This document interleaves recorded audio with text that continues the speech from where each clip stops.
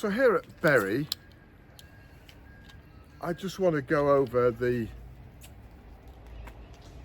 remarks or writings of a New South Wales man who used to live in Windsor. He's one of the leaders, I think, there. We remember him, Russell Dent, and a very able man who moved to Goulburn just in the early 2000s, just around the time that Bruce Hales was taking over the leadership from his father. And he raises some very genuine questions about his fellow brother, his brother in the state, you might say, Bruce Hales. And he entitles his paper, Bruce Hales Era. I don't know whether he'll thank me for going over this, but I'm sure he's a man that stands to his word like I am. And I think it's very potent at the moment for the brethren to consider what he's saying.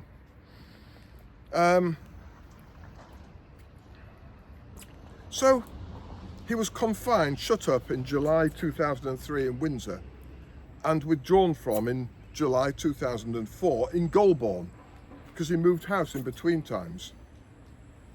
He had serious misgivings as to Bruce Hales' leadership, and the initial controversy relates to a letter he wrote to two brothers in Sydney objecting to their interference in reviewing a case in Windsor.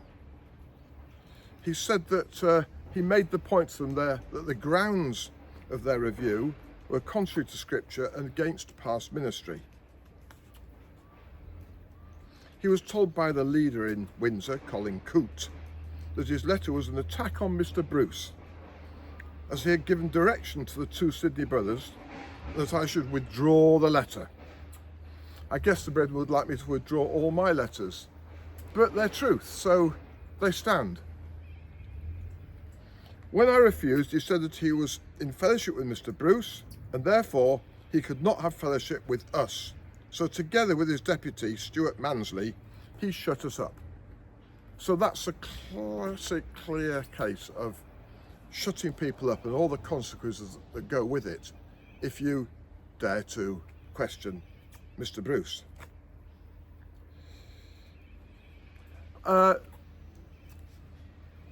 Russell said to them they needn't bother coming back until they put their own houses in order. So they sent along a couple of novices as replacements who were glad to beat a hasty retreat when the conversation warmed up. So I suggested that a meeting with Bruce Hales could answer my questions, but Bruce was too crafty for that. The priests took the easy way out and visited us 2 weeks later with an ultimatum to vacate my mother's house, where we were living temporarily in Windsor, vacate it on the grounds that we had a fax machine installed there. So they made an issue of a fax machine and said they had to leave immediately because of this evil machine. Our two teenage children still attended the Brethren School at Kellyville. And the day before we left for Goulburn, a mother at the school telephoned Bruce and put the call through to our daughter. So their daughter from the school was put on to Mr. Bruce. When asked by Bruce what he could do for her, our daughter requested that he speak to me, that's to Russell Dent, which he promised to do within 2 days. Bruce didn't keep his promise. It goes on, a few things. Bruce eventually replied to my letter, excusing himself for not making contact on the ground of reports as to my activities. This was a lot of hogwash and a downright lie, as Bruce had made 2 unconditional promises to speak to me. And even admitted in his letter that he'd sent to Russell that he'd not discussed any of his matters with the priests from Windsor. In his letter, Bruce suggested that we should meet at a convenient time and place in Sydney, but I must provide a written agenda in advance. Russell says he doesn't know how to call on the Holy Spirit in that hour for guidance, so he needs to be forewarned in order to call on his mentors for the necessary answers. And so it goes on. It was clear that the Goulburn brothers were looking for an excuse to withdraw from us, because they kept asking the question, is there any basis for us to have fellowship with you? All I would reply was that I was free to have fellowship with any Christian walking in the light, which seemed to put them off track. Eventually we left, having achieved nothing apart from exchanging some documents. 2 weeks later, we received a letter in the mail, signed by 3 Goulburn brothers, informing us that we had been withdrawn from 10 days previously. They were too cowardly to phone or call at our house, so they wrote a letter with no return address.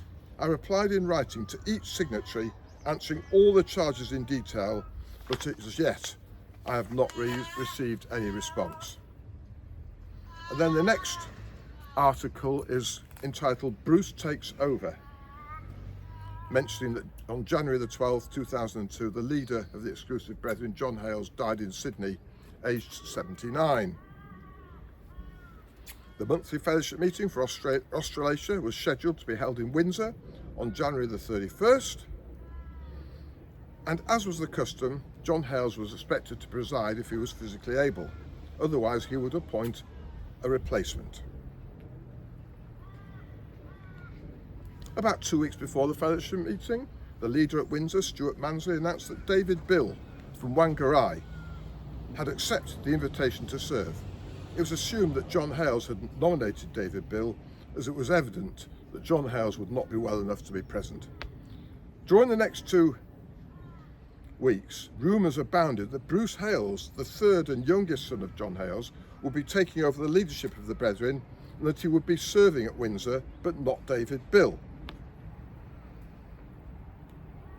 However, David Bill did indeed serve at the fellowship meeting, but it was obvious to all present that he did not want the top job, and that he was handing the sop to Bruce Hales. Bruce could not have had it easier. A puff of smoke, and he was installed on the papal throne. David Bill retired to his corner. In no time, this John Hales protege, who had only ever taken 1 3-day meeting and 1 monthly fellowship meeting in his life, both in New Zealand when his father was too sick to serve, now had an itinerary for months ahead of special meetings spanning the globe and culminating in the Universal Levites 3-day meeting in Leicester in June, over which he was to preside. It was most important, of course, to get the property portfolio wrapped up, so an injunction was issued by the Bible and Gospel Trust for all Brethren trust deeds to be altered to reflect the new leadership. Bruce Hales' name as Minister of the Lord of the Recovery was to be included in all trust deeds, so that he would be the final arbiter on all matters involving changes in trusteeship or purchase and sale of property. It was also an opportune time to tidy up a few loose ends so that there was no loopholes where a dissenting trust or local assembly could challenge Bruce's authority. I remember this, and we were told that it was in case another Aberdeen happened. And so all properties, like wills and everything, schools, were in Bruce Hales' name, because he would never go wrong. He was the safe pair of hands.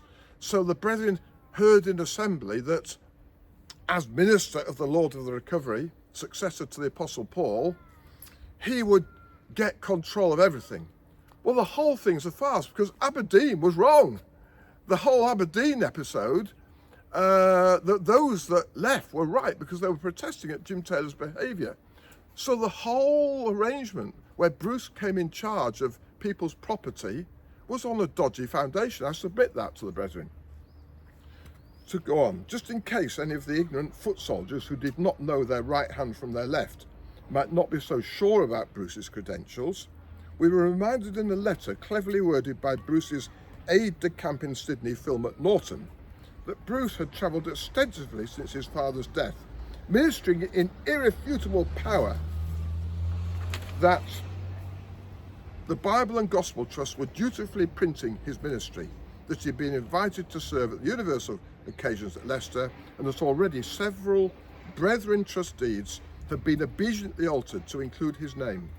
Surely this was ample evidence to convince any weak soul that Bruce was no doubt the divinely appointed successor to Paul, who would lead the church into the new millennium.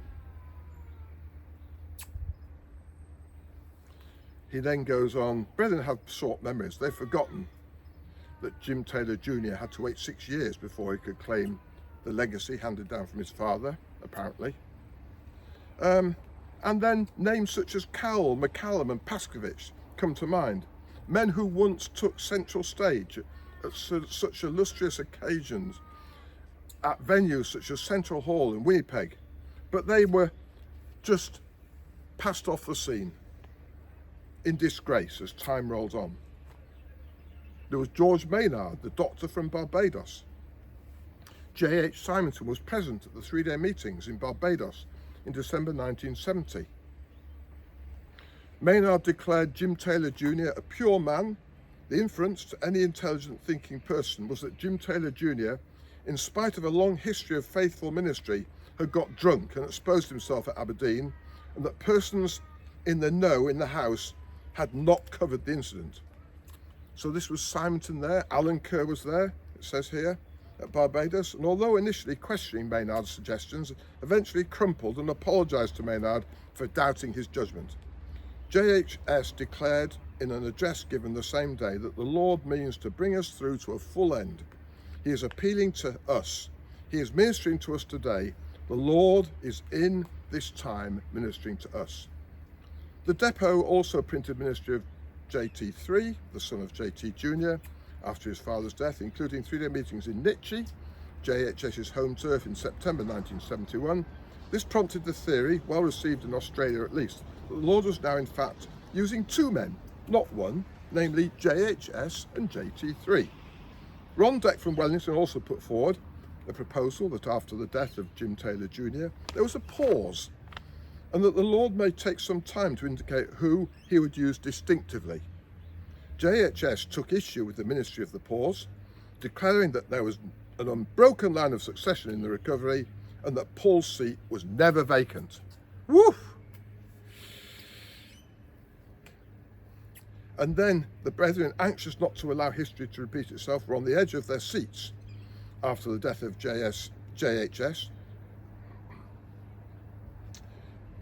JSH, ready to appoint a successor at the first opportunity, therefore avoiding the embarrassing humiliation of multitudes of public confessions which follows the failure to recognise divine sovereignty. The father to son legacy had worked well in the Taylor era, so surely the Lord would use it again. And the Americans, who'd never really got over the loss of losing the leadership to Australia, after nearly 80 years of monopoly, would probably swallow hard and bite their tongues, because after all, they had supported Bush in his successful push for the White House as his father's son. Of course, David Bill knew too much, so he has been sent to the back benches to lick his wounds, along with all the other experienced men who have been ministering over the last 20 years or so. In their place, Bruce has surrounded himself with a coterie of bootlicking sycophants infatuated with their leaders' infallibility. Gifts are no longer God-given amongst the brethren. They are handed out by the Holy Father to the successful and ambitious after payment of the necessary indulgences. And next, it's some questions for Bruce, which covers fax machines, questions surrounding fax machines, mobile phones, relocation, the review, all outstanding questions still not answered, Bruce's ministry,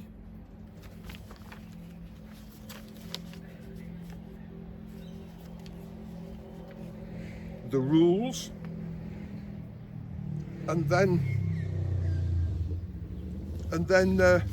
I think they're going to take me a bit of time, so I'll probably stop there and carry on.